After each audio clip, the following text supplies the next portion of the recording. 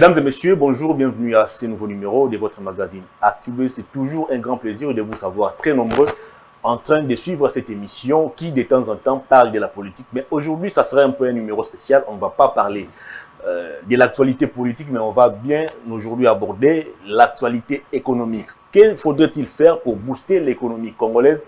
Quels sont les effets de l'économie sur le développement du Congo? Voilà donc, mesdames et messieurs, la thématique ou les thématiques que nous allons devoir développé aujourd'hui au cours de cette émission avec Dieu merci Bokungu, qui est détenteur d'un master en administration des affaires. Il a un autre master également en droit des médias et loisirs. Il est également formateur sur l'achat des biens immobiliers à l'international. Il nous revient de l'Europe où il a vécu pendant pratiquement 2 décennies et c'est donc avec lui qu'on va essayer de décortiquer l'actualité économique au niveau de la République démocratique du Congo. Dieu merci, bonjour, bienvenue. Bonjour, en tout cas, merci énormément pour l'invitation Hervé. C'est un grand plaisir de pouvoir arriver et d'être en mesure un peu de débattre avec toi et de voir un peu comment est-ce qu'on peut s'entraider au niveau... Très bien. Alors il faut dire que vous avez passé 20 ans pratiquement en Europe. Oui, oui. Vous débarquez à Kinshasa après 20 ans passés à l'étranger. Alors, quelles étaient vos premières impressions en foulant les sols congolais? Ma première impression, Mokeleng. Donc, du coup, quand je suis arrivé, je me suis dit, il n'y a pas un autre endroit, il n'y a pas un autre pays au monde où quand tu es là, tu te sens complètement à l'aise. Okay. Alors, c'est sûr, en termes d'infrastructure, par rapport à d'autres pays, on a un peu de retard, dans le sens que, voilà, il y a des choses à améliorer. Mais tu es chez toi, en fait. Donc, comme on dit, il n'y a pas mieux que chez soi, en fait. Alors, Dieu merci, vous débarquez de l'Europe où vous avez vécu pendant 20 ans et vous dites que vos premières impressions, c'était Mbokelengi, c'est-à-dire Kinshasa, où la RDC, c'était un pays très hospitalier, où tout le monde se sent en sécurité. Alors, il y a aussi des questions qui ont toujours taraudé nos esprits, nous qui sommes ici au pays.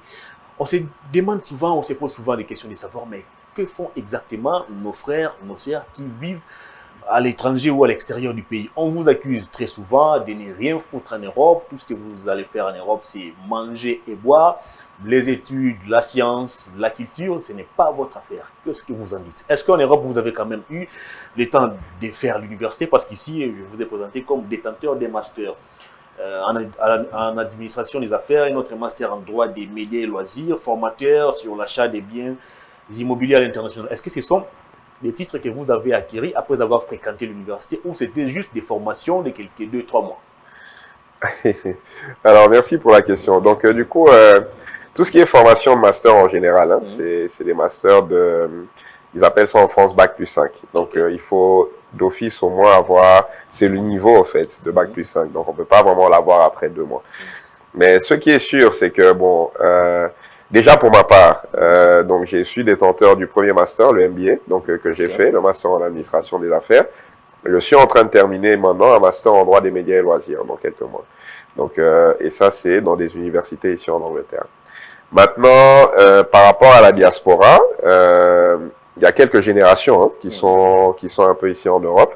Et chacun essaie de s'en sortir. Donc, il y a un peu comme tous les enfants, tous les parents ici veulent envoyer leurs enfants à l'université. C'est logique que les parents aussi là-bas veuillent envoyer leurs enfants à l'université. Donc, il y a des possibilités d'étudier et de travailler et d'avoir un diplôme qui permet de travailler. Mais la différence par rapport au Congo, c'est que le diplôme congolais n'est pas vraiment adapté à la situation au Congo. Par exemple, quelqu'un qui va faire des études économiques en France, en Belgique, en Allemagne, en Angleterre, va avoir un boulot qui est vraiment lié par rapport à son métier. Quelqu'un qui va faire des études informatiques, a plusieurs entreprises qui travaillent dans l'informatique qui vont l'engager. Quelqu'un qui va faire ses études au Congo, quand il a terminé, le nombre d'entreprises qui engagent congolaises, les nombres d'entreprises qui ont été créées ici au Congo, sont un peu limités. Donc, du coup, ça veut dire qu'il y a énormément de personnes qui sont licenciées, qu'on retrouve, par exemple, parmi les Wewa, en train de conduire. Et même avant de parler même des diplômes universitaires, quand on regarde, par exemple, les diplômes d'études secondaires, on est vraiment basé dans un enseignement qui date, un peu d'il y a très longtemps, mais il n'est pas toujours adapté aux réalités du terrain. Par exemple, si vous allez quelque part dans le Kasaï ou dans l'Équateur, vraiment dans les villages, Vous voyez que les gens, ils ont vraiment l'habitude de connaître énormément sur les cultures, sur la Meuse, sur les fleuves européens, etc.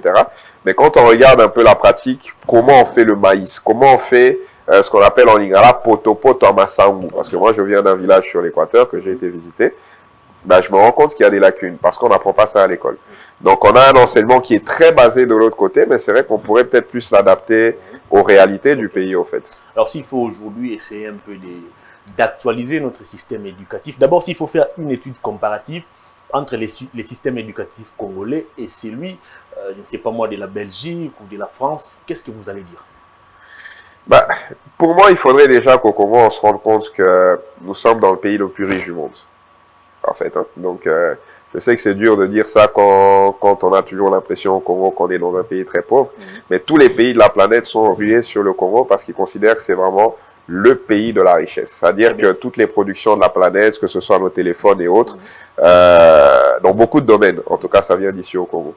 Donc, ça veut dire que c'est vrai qu'on a calqué notre enseignement par rapport à là-bas parce qu'on a été colonisé et autres. Mais l'idée, c'est qu'ici au Congo, en tout cas, on pourrait réadapter pour connaître ne serait-ce que nos ressources. C'est-à-dire que, par exemple, il y a des gens qui vont travailler dans la médecine, qui vont, par exemple, utiliser, prescrire des médicaments. Mais jusqu'à aujourd'hui, on n'est pas au courant que les médicaments viennent de plantes. Et que les plantes, bah, ici au Congo, nous sommes quand même dans un des pays au monde où la ligne de l'équateur passe. Très bien. Donc, du coup, les plantes ici au Congo ont énormément de soleil et énormément la capacité de produire des médicaments. Ici, on appelle les médicaments qui proviennent des plantes bokoko. Très bien. Mais il y a encore des gens qui s'imaginent que bokoko, c'est de la sorcellerie. Pourtant, on est prêt à prendre des médicaments sur une tablette, mais on ne sait pas d'où vient la tablette. La tablette vient des plantes.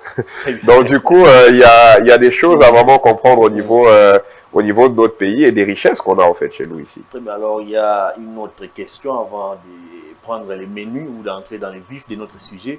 Vous avez également un master en droit des médias et loisirs. C'est un point qui m'intéresse beaucoup, vu que je suis moi-même dans les domaines des médias. Quelle lecture faites-vous aujourd'hui des médias congolais? S'il faut les comparer aux médias occidentaux, disons. Ok. Alors, le master en droit des médias, je suis en train de le terminer. Okay. Donc, je le termine d'ici quelques mois. Mais après la lecture des médias congolais, en tout cas, il y a à boire et à manger. Il y a à boire et à manger dessus. Tout ce que je sais, c'est que tout ce que moi je vois en tout cas, c'est que c'est un pays où il y a beaucoup de choses à améliorer. Il y a encore beaucoup à faire, aussi au niveau des médias. En fait. Donc, mais après, avec l'avantage qu'on a avec Internet, où beaucoup de choses sont digitalisées, ça permet à ce que, il y a plusieurs nouveaux médias qui peuvent mettre et plusieurs nouvelles compétitions à ce niveau-là. Très bien. Donc, du coup, il y a à boire et à manger, mais je pense qu'on n'est pas si mal que ça. Hein. Très bien. On va cette fois-ci entrer dans les vifs de notre sujet pour parler cette fois-ci des effets de l'économie sur le développement du Congo. Alors, d'entrée de jeu, j'aimerais savoir, pensez-vous aujourd'hui que notre système financier ou notre système économique peut-il permettre à notre pays d'évoluer? Alors, oui. En fait, pour répondre bien à cette question, pour vraiment dire mon oui, c'est-à-dire que le système actuel peut être amélioré. Tous les systèmes s'améliorent, en fait. Hein. Mais c'est plus facile quand on est par terre de se lever que quand on est debout, parce qu'on est déjà debout. Donc, du coup, ça veut dire que est-ce que quelque chose peut être amélioré dans notre système, dans notre économie et autres? Bien sûr que ça peut être amélioré. Maintenant, il y a quand même quelques systèmes à mettre en place. Par exemple, ici, depuis très longtemps, nous avons plus la mentalité de donner la responsabilité à la politique sur tout ce qui se passe, en fait. Hein. Mais en réalité, le chef de l'État, ou la politique en tout cas, prennent des décisions, mais ça peut être implémenté par monsieur, madame, tout le monde, en fait. Monsieur, madame, tout le monde, au niveau de l'économie, a un impact sur le développement du pays. Donc, du coup, de se dire tout simplement, on va attendre tel gouvernement, même si j'aime pas rentrer dans ce sujet-là, c'est bien, mais à un moment donné, il faut aussi que nous, le peuple, on puisse prendre des responsabilités, en fait. Et il y a plusieurs choses qu'on peut faire, notamment même dans l'entrepreneuriat et autres. Donc, il y a énormément de choses qui peuvent vraiment être améliorées. Et moi, je pense que j'ai bon espoir par rapport à notre pays sur l'amélioration économique. Alors, vous évoquez la participation du peuple dans le développement du pays. À quel niveau aujourd'hui les peuples peuvent-ils participer en ce qui concerne par exemple l'émergence de la RDC sur le plan économique? De quelle manière ces peuples peuvent-ils participer? Bah, déjà, dans un premier temps, dans tout ce qui est entreprise. Donc, ici, il y a souvent une bataille entre le monde politique et le monde de l'entreprise. Certaines personnes pensent que le politique doit tout faire, certaines personnes pensent que c'est les entreprises qui font tout. Dans beaucoup de pays européens, si on prend par exemple le cas de la Belgique, il y a des moments où vous avez pas de gouvernement. On a eu parfois en Belgique pas de gouvernement pendant plus de 2 ans. Mais pourtant, parce que les systèmes tournent, parce qu'il y a des entreprises, il y a des gens qui se font engager. L'administration a été mise en place, donc du coup, ça fait que les choses évoluent.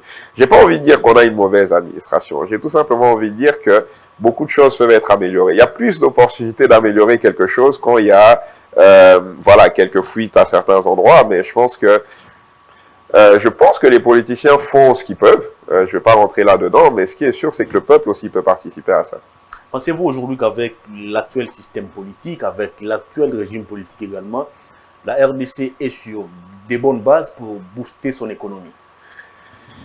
Alors, par rapport à l'actuel régime politique, que ce soit l'actuel, que ce soit ceux d'avant, moi j'aime bien avoir une lecture de ce qui s'est passé avant et une lecture aussi dans les 30 ans. Parce que souvent dans le monde économique, on ne regarde pas toujours aujourd'hui, on regarde dans 30 ans. Alors, il y a une volonté politique de pouvoir changer les choses, c'est clair, je pense qu'on le voit. Mais à côté de ça, je pense qu'il y a certaines choses que monsieur, madame, tout le monde doit faire, notamment pour la création des entreprises. Parce que c'est vrai que quand on regarde par exemple le système scolaire, on est formé, beaucoup de gens forment leurs enfants en disant « va à l'école, étudie un bon salaire ».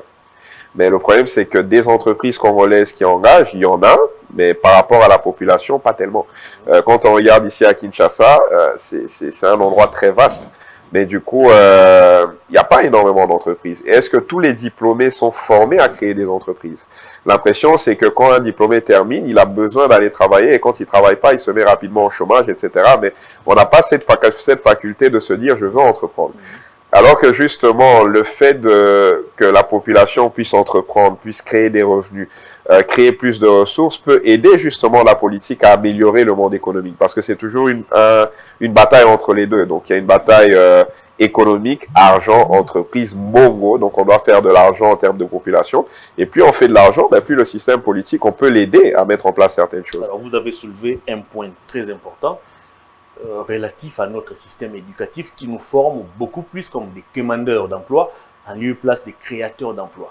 Il n'y a pas longtemps, le chef de l'État venait de mettre en place un ministère chargé de l'entrepreneuriat. Mais pensez-vous aujourd'hui qu'avec la pauvreté qui bat son plein sur toute l'étendue de la RDC, il y a encore cette possibilité-là de voir des entrepreneurs congolais émerger, sachant que la politique également ne mise pas beaucoup sur ce secteur dans notre pays? Alors, pour l'entrepreneuriat, personnellement, je trouve qu'encore que c'est très bien que le chef de l'État ait voulu et pris un peu des initiatives pour mettre en place certaines choses au niveau de l'entrepreneuriat. Mais en réalité, l'entrepreneuriat, c'est quelque chose qui doit surtout être poussé par monsieur, madame, tout le monde, en fait, par ce qu'on appelle les entrepreneurs. Parce qu'en fait, quand on regarde par exemple des pays comme les États-Unis par exemple, il y a énormément d'entrepreneurs aux États-Unis. Mais c'est pas que le gouvernement, bon, il met en place des choses, mais c'est surtout un pays où l'entrepreneur peut exploser.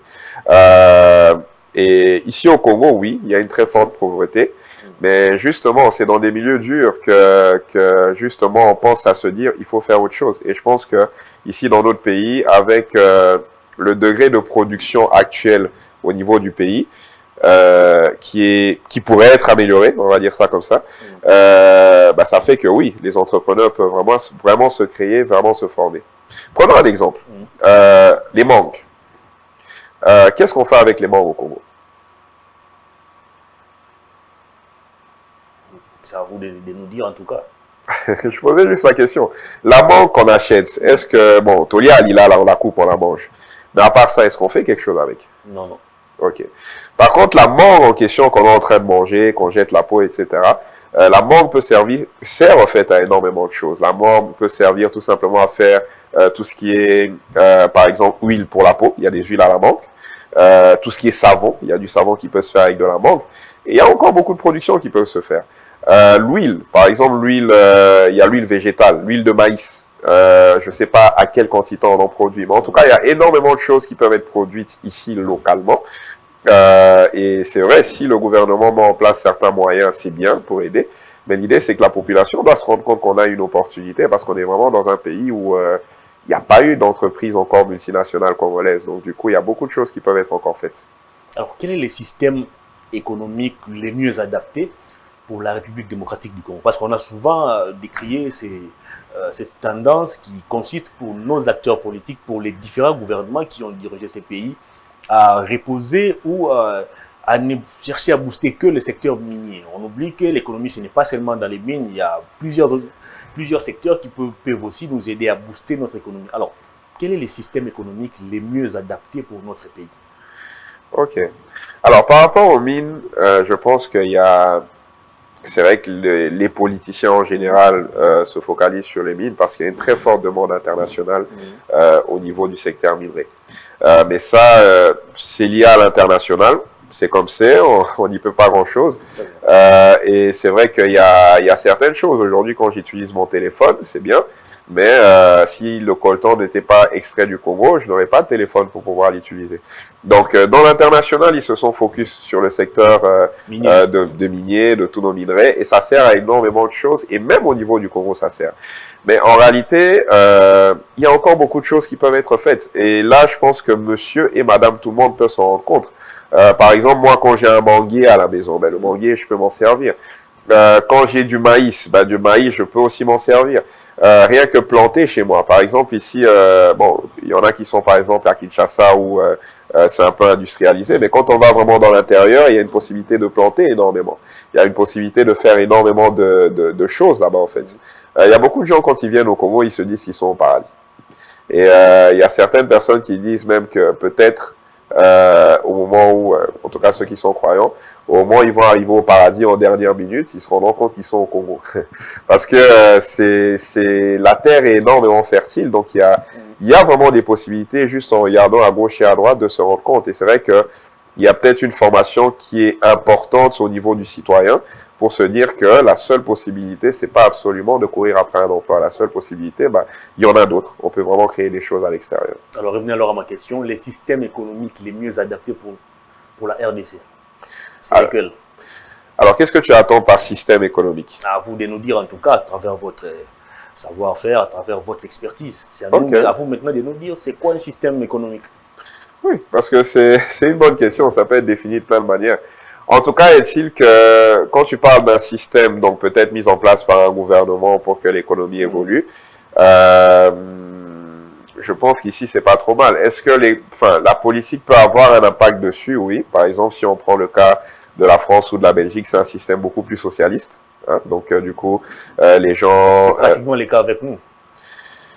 Sauf erreur de ma part, en tout cas. Je pense qu'il y a quand même des différences. Chaque pays est indépendant et souverain. Donc, chaque pays vraiment fonctionne de sa manière. Mais c'est vrai qu'on peut essayer de comparer. Par exemple, eux, chez eux, là-bas, ils ont un système social qui permet aux gens de s'en sortir, en fait. Donc, un bébé qui naît, il peut recevoir certaines taxes, etc.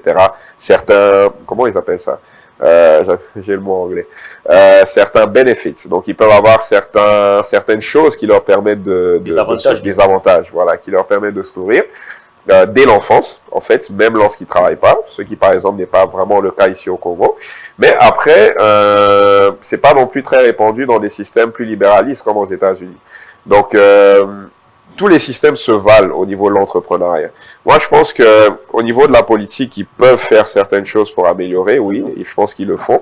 Mais d'un autre côté, au niveau de monsieur, madame, tout le monde, on doit se rendre compte que peu importe le système dans lequel on est, on est peut-être capable de planter une orange, une pomme, on est peut-être capable d'essayer de voir qu'est-ce qu'on peut améliorer. Et c'est vrai que souvent, on a peur de se dire comment je vais pouvoir faire ce projet. Parce qu'on se dit toujours, je n'ai pas l'argent pour le faire.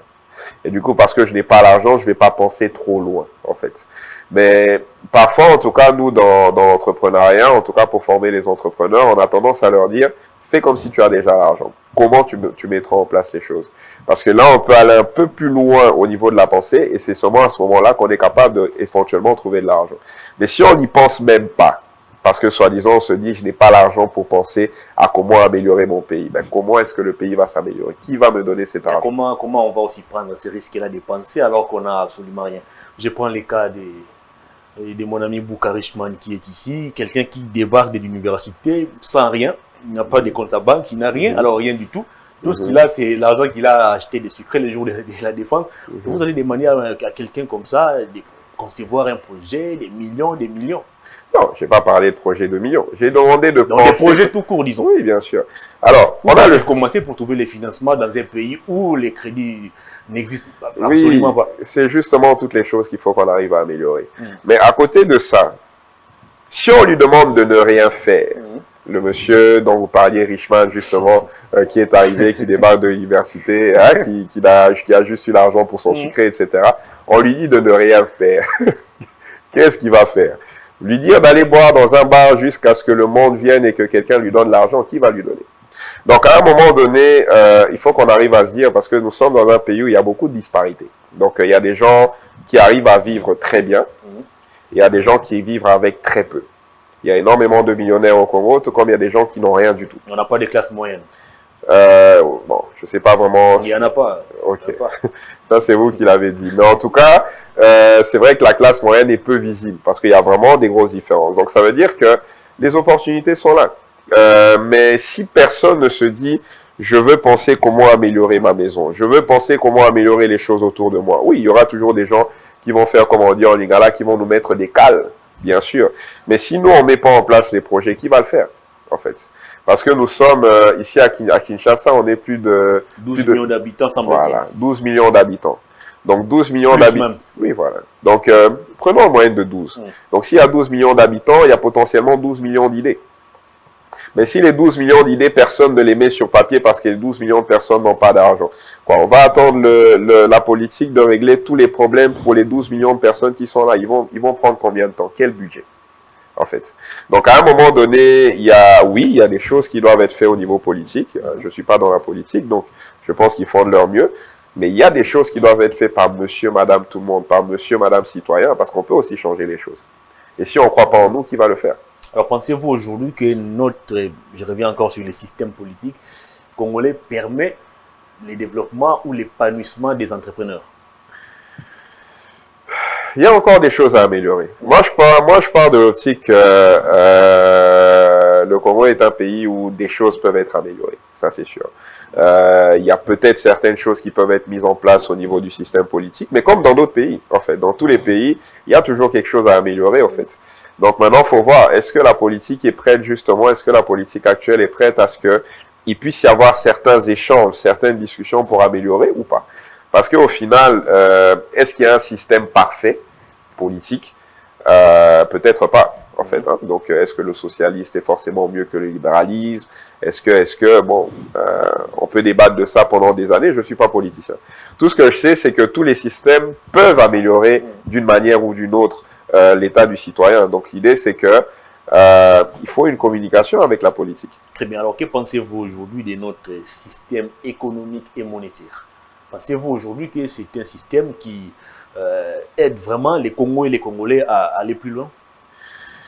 Alors, le système monétaire, ce qui est compliqué, c'est que, en tout cas, quand on pose cette question par rapport au Congo, c'est que le système monétaire, maintenant, est régi par des lois internationales. On est bousillé dans tous les pays.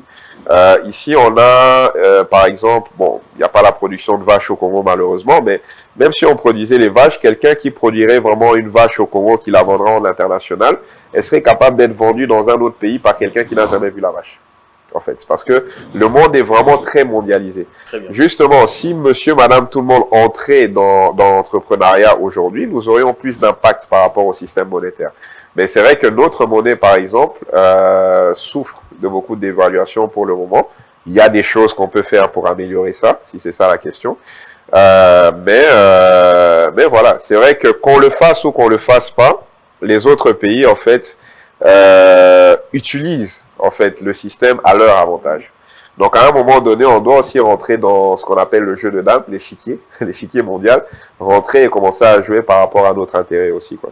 Très bien. Pensez-vous aujourd'hui que le développement du Congo est-il lié à la mise en place d'une bonne politique ou ou je dirais même au comportement de l'homme congolais lui-même qui est censé appliquer cette politique? Oui, je pense qu'il y a vraiment les deux.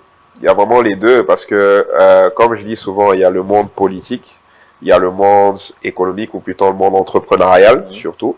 Et les deux vont de pair, en fait. On pourra avoir la meilleure politique de la planète, mais si nous, les Congolais, nous sommes pas prêts à faire certaines choses et à prendre les directions adéquates pour pouvoir créer les ressources dans notre propre pays, le meilleur système politique ne marchera pas.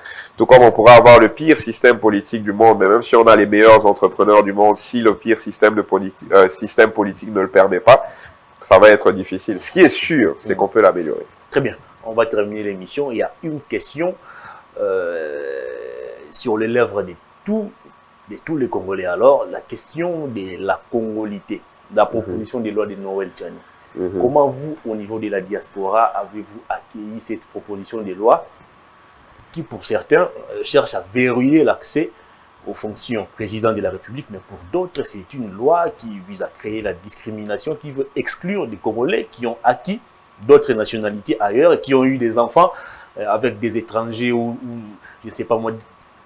Est-ce que vous êtes d'abord dans les lots des Congolais nés des pères étrangers ou des mères étrangères? On les appelle désormais des demi-Dakar. Je ne sais pas si vous vous retrouvez également. Des demi-Dakar, ok. Par rapport au Sénégal, Dakar par rapport au Sénégal? Non, c'est-à-dire qu'il y a quelqu'un qui est 50% congolais, puis 50%, je ne sais pas moi, rwandais, sénégalais, belge, français. Est-ce que vous vous retrouvez dans cette situation où vous êtes congolais des pères et des mères? D'accord. Moi, je suis congolais de père et de mère. Et vous gardez encore votre nationalité congolaise? Bon, ici, je pense que le président parlait de la loi par rapport aux doubles nationalités et autres. Je pense que certains l'ont quand même, parce que normalement, officiellement, on ne peut pas avoir de nationalité. Officieusement, je pense qu'il y a beaucoup de gens qui l'ont quand même, et probablement... Dans quel cas alors, dans quel camp plutôt vous vous retrouvez, vous personnellement? Bon, moi personnellement, je ne sais pas si c'est vraiment important. Ce que je sais déjà, c'est que le président abroge la loi où il fallait absolument une seule nationalité. Et je pense que tout Congolais le sait. Il y a énormément de personnes qui ont occupé des fonctions au-dessus qui ont les deux nationalités. Donc je pense que c'est un problème. Est-ce que j'ai renoncé à la nationalité congolaise? Non, je n'ai jamais renoncé. Alors la proposition des lois de Noël Tchani, comment vous l'avez accueillie? Comment vous l'interprétez? Ok, donc la proposition, c'est donc, vous pouvez juste me la définir pour être sûr que j'ai compris? Noël Tchani veut dire ceci. Pour être candidat président de la République, il faut être né des parents qui sont 100% congolais. C'est-à-dire qu'un enfant qui est né d'un père congolais et d'une mère française, par exemple, n'a pas les droits d'être candidat président ici. Un peu comme aux États-Unis, où pour postuler comme candidat président, il faut être né sur le sol américain. D'accord. Donc, quelle est votre lecture par rapport à cette proposition? Merci beaucoup pour la question. Donc, nous, ici au Congo, si je comprends bien, il faut être né de père et de mère congolaises, mais pas forcément né au sol congolais? Non, non. D'accord. Bah, écoutez, c'est une loi qu'a mis en place le pays. Chaque pays fonctionne avec ses lois. Vous l'avez fait remarquer tout à l'heure aux États-Unis. Eux, ils disent que peu importe qui sont vos parents, vous devez être né sur le sol américain. Américain, pardon. Américain pour eux. Donc, c'est bien pour eux. Est-ce que c'est bien, est-ce que c'est pas bien? La loi a été mise en place chez eux. Maintenant, chez nous, ils disent père et mère congolaises. Donc, même si l'enfant est né en Chine, il peut être de père et de mère. Est-ce que la loi est passée déjà? Non, pas encore. C'est encore une proposition qui doit être débattue au niveau de l'Assemblée nationale. Bon, en tout cas, moi, je préfère laisser l'Assemblée nationale débattre. À votre position personnelle par rapport à cette loi, vous pensez que c'est une loi discriminatoire, comme le pense également Moïse Katumbi et ses lieutenants? Bon, moi, je pense que toutes les lois du monde peuvent être discriminatoires selon l'œil où on les regarde. Et chaque pays est souverain de faire les lois qu'ils veulent. Mais après, ce qui est sûr, c'est que le pays, quand il fait une loi, fonctionne toujours en fonction des personnes qui habitent son pays. Très bien. Donc, du coup, c'est eux qui réfléchissent ensemble à comment faire la loi. Peut-être une loi congolaise va être discriminatoire pour les Indiens, mais bon. Très bien, on va terminer l'émission avec cette dernière question, toujours relative à la loi. Cette fois-ci, c'est la proposition de loi sur la fixation du prix de la dot. Je ne sais pas si vous êtes déjà marié.